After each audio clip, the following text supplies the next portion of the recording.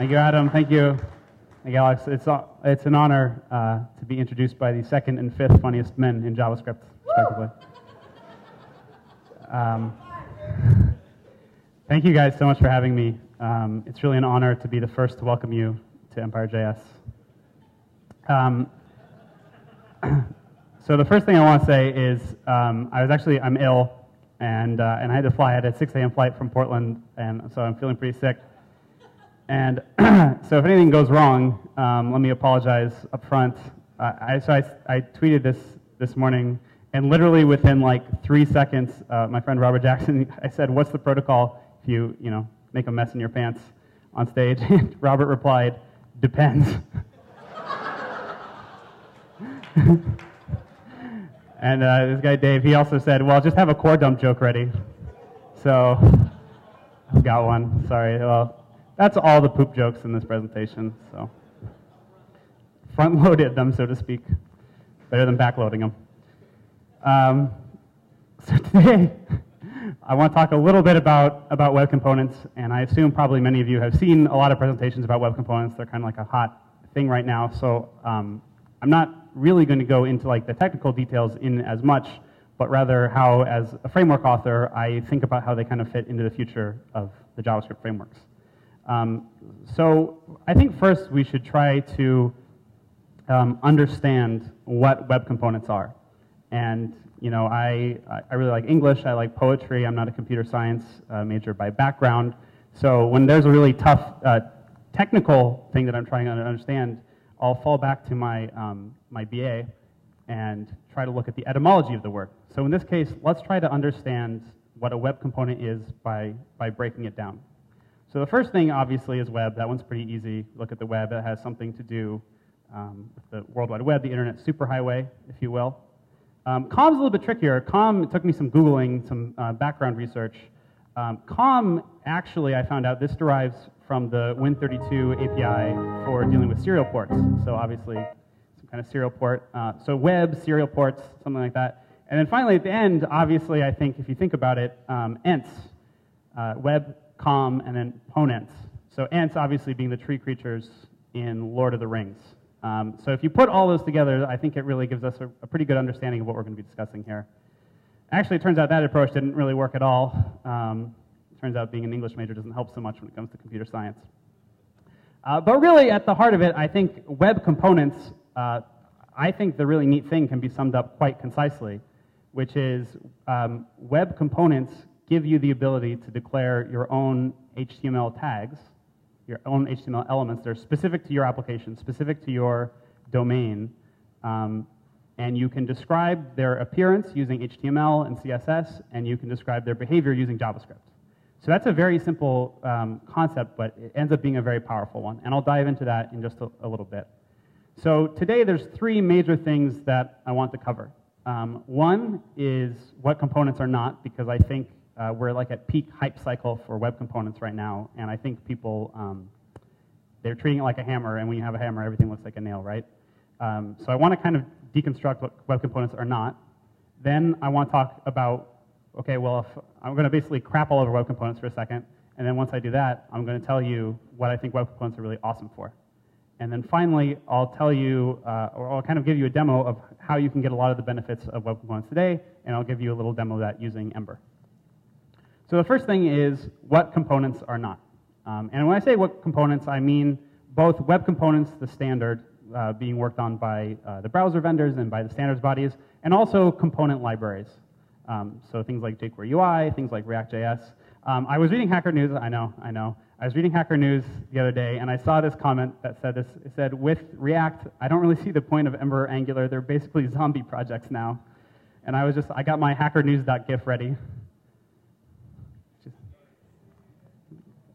Oh, I can't see it. Scumbag Gamma. All right, well, this is Worf looking really disappointed. I hope my other animated GIFs work. It's Worf looking really disappointed. It's my hackernews.gif. So component libraries are really awesome. I think they're great. There's a project, can you see this one? Sweet. There's a project out of Google called Polymer, and Polymer is a JavaScript library that polyfills custom elements specification. So it's a tool set for doing the same thing as web components, and then it builds a little bit on top. So it's a polyfill. And it's really awesome for what it does, but again, I think people, when all they have is a hammer, everything looks like a nail, right? So here's a quote from the Polymer website, which says, "Build anything from a button to a complete application as an encapsulated, reusable element that works across desktop and mobile." Now, I think having a custom button, custom UI elements, I think that's a really great use for a component, but I really don't think that you can just cobble a bunch of components together to build an application. This is, let's see if this one plays. Okay. This reminds me of when you're a kid and you don't really know what to do with things. So first you try to blow on it, like dandelion, and then you try to eat it and try to put it in your mouth. And it takes a while to realize what things taste good and what things don't. And I think that's where we are again with web components. This is a chart that Gartner Research uses. How many of you have seen this before? This is the hype cycle. Okay, you should really use this whenever you're about to adopt any technology because it, without fail, basically repeats itself. So there's the technology trigger, which is like something shifts in the marketplace or something happens in the landscape that allows a new technology to exist. Whether it's, so take example like Ember or Angular, right? Like we have these fast JavaScript engines, and so that's the trigger that allows these things to exist. And then you have all these people who take a look at it and they don't quite yet understand the limitations, but they see the cool bits. They don't really understand all the trade-offs yet. And there's this like mega hype cycle, right? And then people have that hype. They try to use the tool, and then they plummet into what's called the trough of disillusionment. Usually this manifests itself with like every week there's a super negative Hacker News story about your open source project, which is pretty awesome. But then it basically scares everyone off. No one uses it except for the people that actually really need it. And then over time, you kind of figure out, well, now we understand the trade-offs. We understand what the best practices are. Maybe we make changes to that technology, and you reach that plateau of productivity. So I will argue that right now, web components are at the peak of inflated expectations, and I would suggest that you should probably take everything you read about them with a little bit of a grain of salt. This is an animated GIF that has nothing to do with anything. It's a corgi attacking cabbage.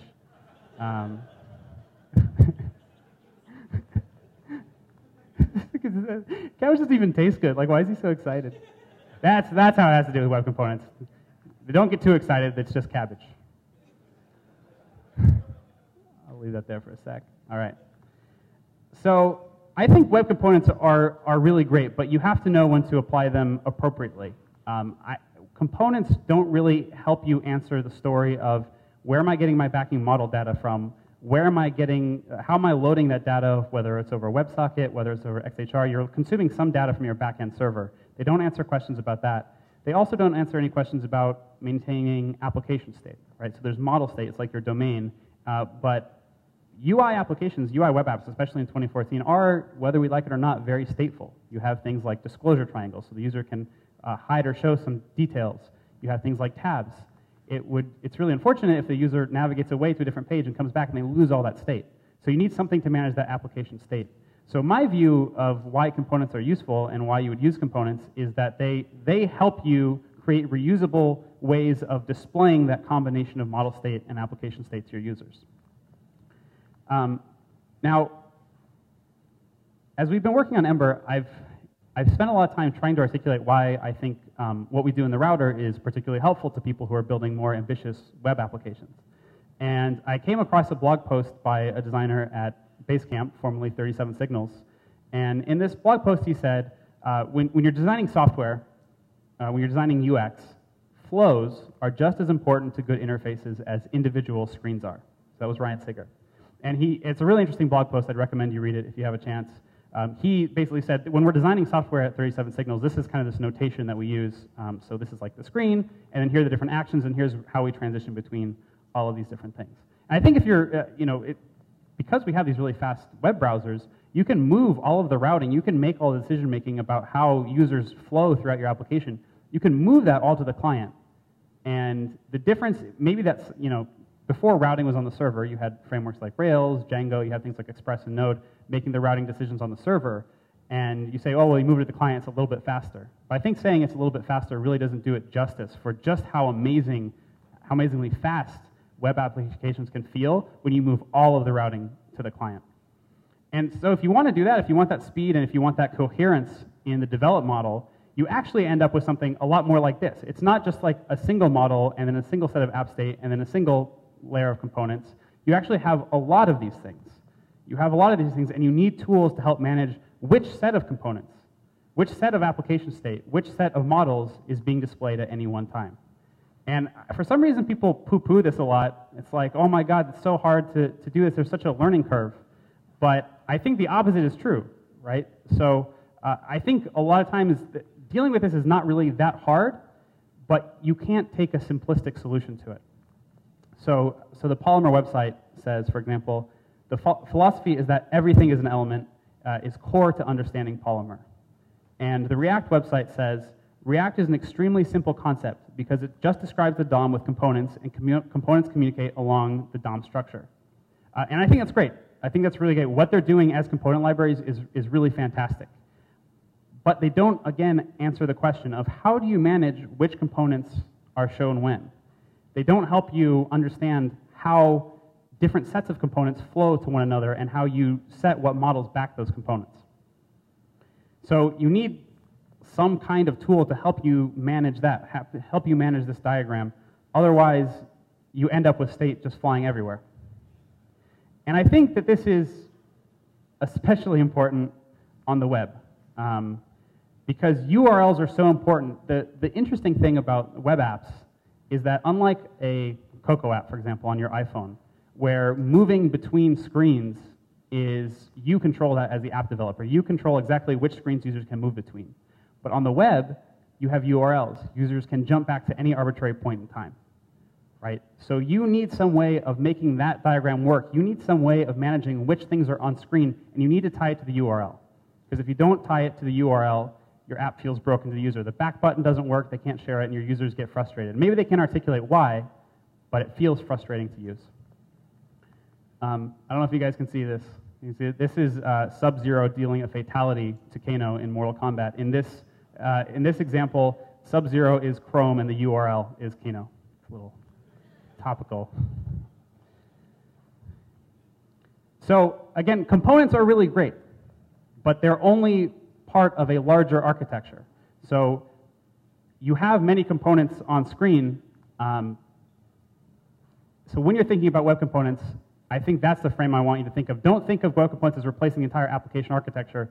Think of it as being an interoperable standard way of building really awesome UI and building these elements that are semantic towards your application. Okay, so now that I've talked about disliking basically the things I think are wrong with how people think about components, I want to talk about the benefits, because components are in fact really awesome. So at a high level, web components are reusable. They're isolated, so, and that isolation reinforces that reusable part. They use HTML, which everyone's familiar with. You might have a designer, for example, and maybe your designer isn't familiar with JavaScript, maybe they don't know programming, but they probably can get along pretty well with CSS and HTML. Web components reduce development time by up to 99%. And actually, I found this out. Paul Irish told me that Google will actually pay you $10 for every web component that you put in your application. They're really bullish on it. They're literally perfect in every way. In fact, you're all getting a web component. You get a web component, and you get a web component. All right. So,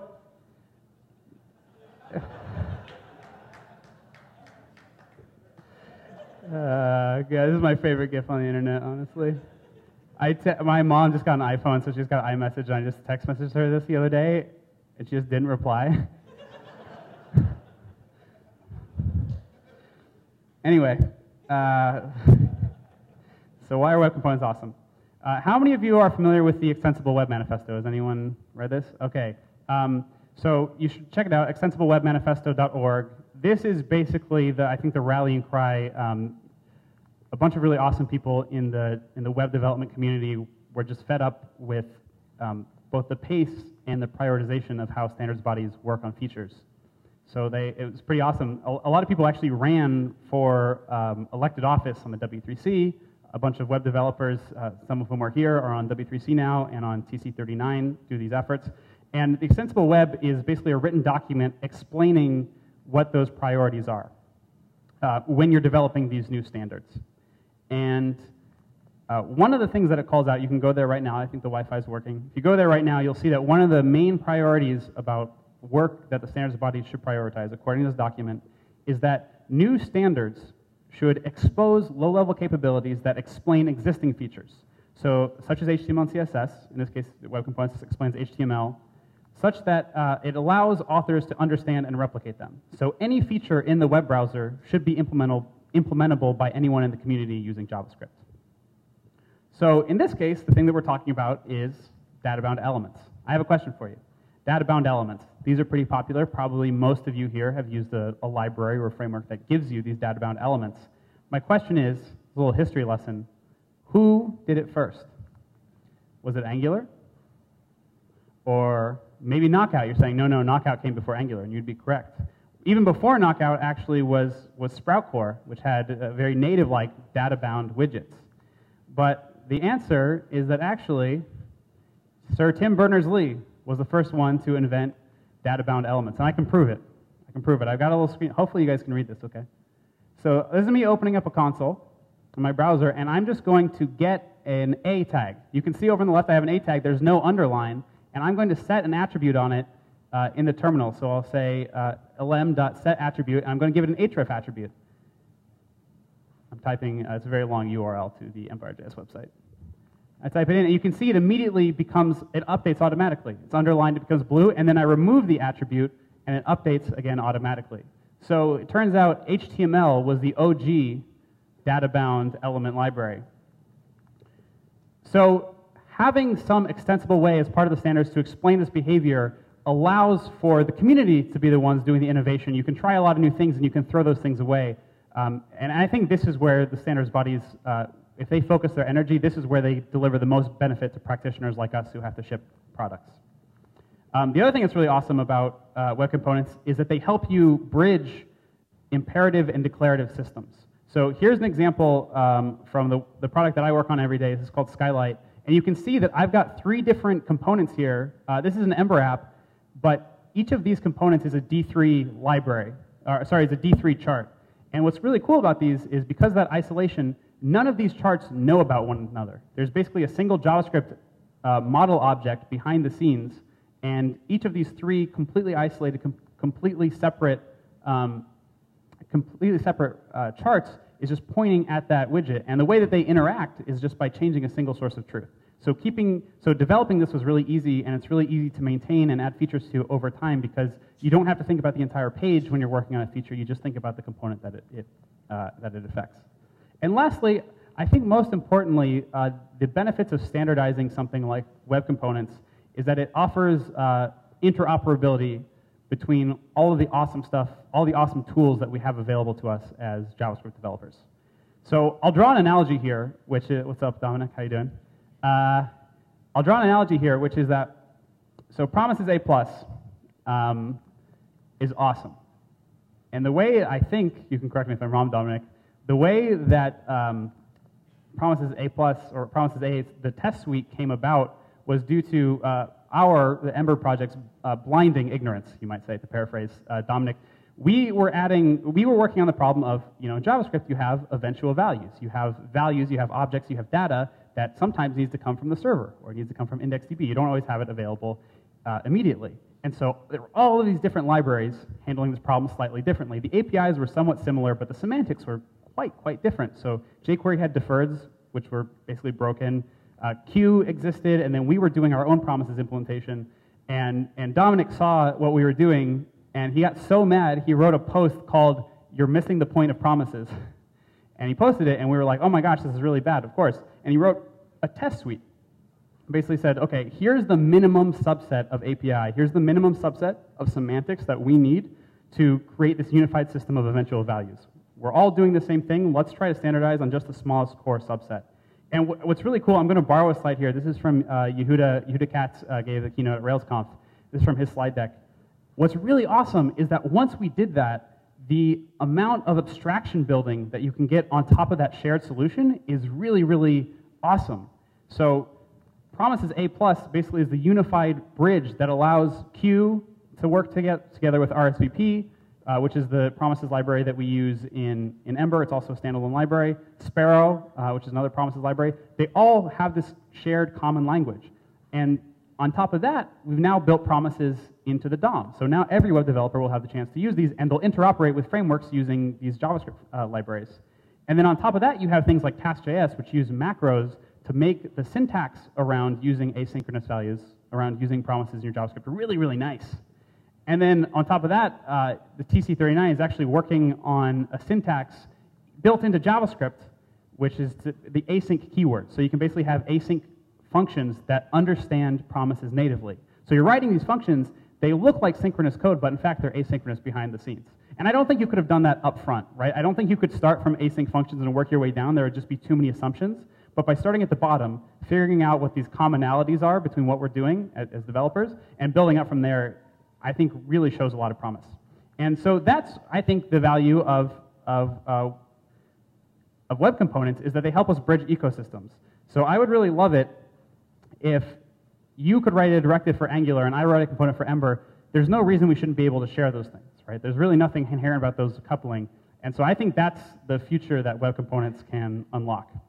And we're doing a lot of work. We're working with the standards bodies.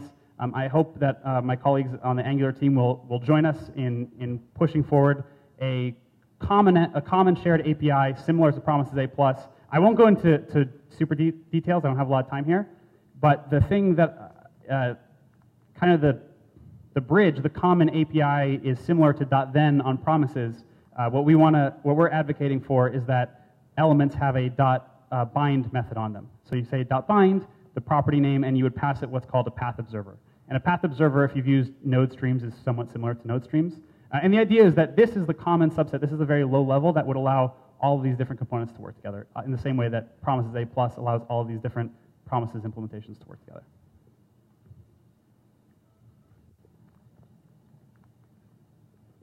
So the last thing I want to do is just kind of give you a demo of how you use components in Ember, what they're good for.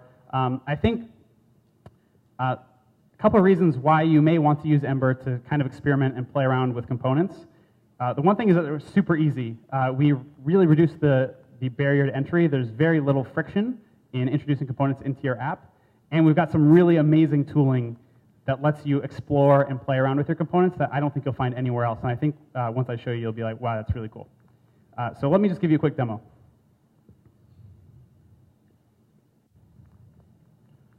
Okay, mirrored. Sweet. All right, so I'm just gonna, I'm using a project called Ember CLI. Let me make this a little bit bigger. Can you see that at all? No.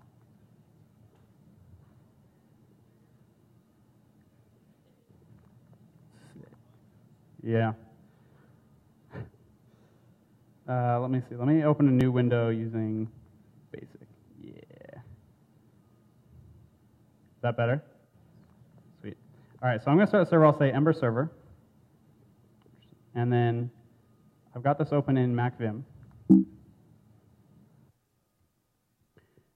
So I've got a handlebars template. This is my application template here.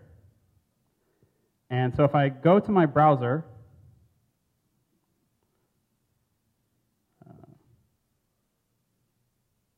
let me go to localhost 4200. I can see this is my application template. So if you're familiar with like Rails, this is like your application layout in Rails. And so to create a new component, all I have to do is go into the components directory and create a new component with the same name as I want. So let me say my component.hbs for handlebars. And then I'll just here, I'll say like h3 hello world. And now I'll jump back to my application template now that I've defined this my component template, and we'll just say my-component. And now you can see the Ember CLI has live reload. It's automatically reloaded the page for me, and now my component is there. So that's pretty cool. But if you're old school, like really old school, you're probably thinking that's like not really any better than like, remember SSIs? Any Apache people? SSIs? There you go. What's up?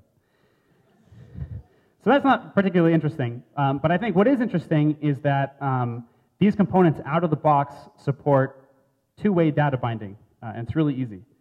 So what I'm going to do is in my application handlebars, I'm going to say, I'm going to create an input field. I'll say input type text, and the value will set to the name property.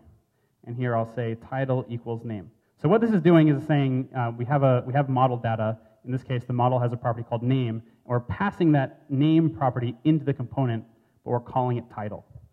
So then, now that I've done that, in here, in my component, I can say, instead of hello world, I can say hello title. And now switching back in here, I can say Empire.js, and you can see that it live updates. So it's really, really easy to add new components to your app just by creating templates. And you get that data binding without having to write any JavaScript, which I think is pretty cool. If you do need to write JavaScript, Ember CLI uses ES6 modules. So here in components, the components directory, I can just make a new component JavaScript file with the same name. So this is called my-component.js. And here I'll just say, if you're not familiar with ES6 module syntax, it should be pretty straightforward. Basically, we're just, this is like saying exports.module equals, if you're used to CommonJS. So we'll say export default ember.component.extend. And here you have methods that you can override, like this one's called did insert element. And you can do things like, you can say this.$, this will give you the jQuery object for that component. You can say CSS, background color, red. And so now you can see that JavaScript just executes automatically as the page refreshes, and you can do, so this makes it, this is how, by the way, you would do integration with things like D3 or jQuery UI. You basically have a hook that gives you access to that underlying element, and then you can do whatever you want. And it's up to you to basically bridge that, like I said in the previous slide, you can bridge the declarative and the imperative layer. So, so that's pretty sweet, but the thing I really want to show you, I think that makes this awesome, is the tooling around it. So there is an extension for both Chrome and Firefox that augments the developer tools that are already in the browser to give you a lot of information. So let me call up, let me go into the app that I work on, and I want to show you, if I log into, go to the billing section. So this is personally, how many of you have worked on like the billing section for your web apps? Has anyone worked on billing? It's a huge pain in the ass because it seems simple, but user accounts can be in so many possible states that's almost impossible to like test all the different permutations. So what's really awesome with this is let me open up the Ember Inspector. And in the Ember Inspector, you can hover over all of the templates that are on the screen, and it will show you which controller and which model back it. And you can click on this little magnifying glass here, and you can see you can hover over different areas of the screen to figure out what's going on. So you can click on it just like that. And in this case, oh, there's this checkbox down here, which is the important thing. This components checkbox. If you check that, in this hierarchy, it will show you all of the components that you're using. So in this case, I've got this usage diagram, and in the usage diagram, I can just click on the link here, and it opens up this inspector on the right-hand side. So, so I can change, so for example, down here, in this usage diagram, I can change, oops, let me close this. Let me open up usage diagram, click on this guy, and I can change things like the peak RPM. You can see it says 0 on the other side. I can change this to like 10,000, and it immediately changes the entire state of the application. It updates, I can say like, 5,000, and you can even do things like change this Boolean, and if you say the isTrial flag will set it from isTrial from false to true, and you can see that the entire page changes in reaction to just changing that one property on the component. So this made developing this feature, I don't want to say it was easy, it still took me a couple weeks, but it made it be so much more productive than I would have been otherwise because that feedback loop was so fast. Again, it's a two-way binding. So I just change a property and the whole page updates and I can verify the CSS looks good and all the features are working correctly. So, so if you want to check it out, again, I think templates in Ember are awesome, super easy, really easy to add in. The friction for adding new components is very low, so people tend to do it. They're all isolated. If you're familiar with Angular directives, they're very similar. They're just isolate scope by default. They're E-restricted and E-transcluded. So very similar to that, but we, I think, try to lower the learning curve to getting them into your application. And again, the tooling we have around it is second to none. So if you want to check it out, I recommend, we have pretty awesome documentation for Ember now. Emberjs.com/guides/components has everything that you need to know. And that's it for me. Thank you.